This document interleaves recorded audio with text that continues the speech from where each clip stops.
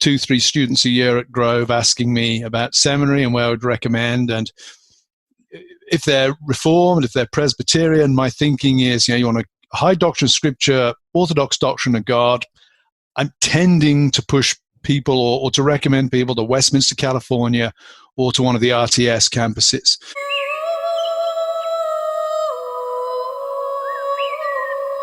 No one who is remotely orthodox denies that Christ was fully obedient to the law, because you would be denying his sinlessness, which, of course, that isn't done except by liberals of some sort. You would be denying his full deity. But yes,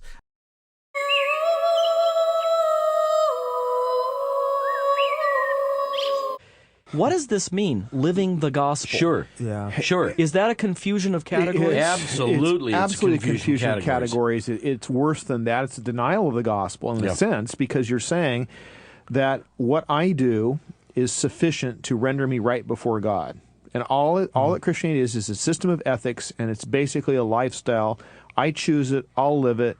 The closer I can imitate Jesus, the better. So we would say we live on the basis of the gospel. Sure. We live out of the gospel, but it's always wrong to say that we live the gospel. Exactly. Right. It's like the cart before the horse. I mean, the gospel is, in the first part of 1 Corinthians, it is not something that you can live. It's news about what somebody else did. Exactly. It's what Jesus did. There's the confusion of categories. It is the message of God. News, folks. Good news. Not encouragement, advice, edification, exhortation, all of which you find in the Bible, all of which should be a part of preaching. But the gospel is news. It's an announcement of what God has done.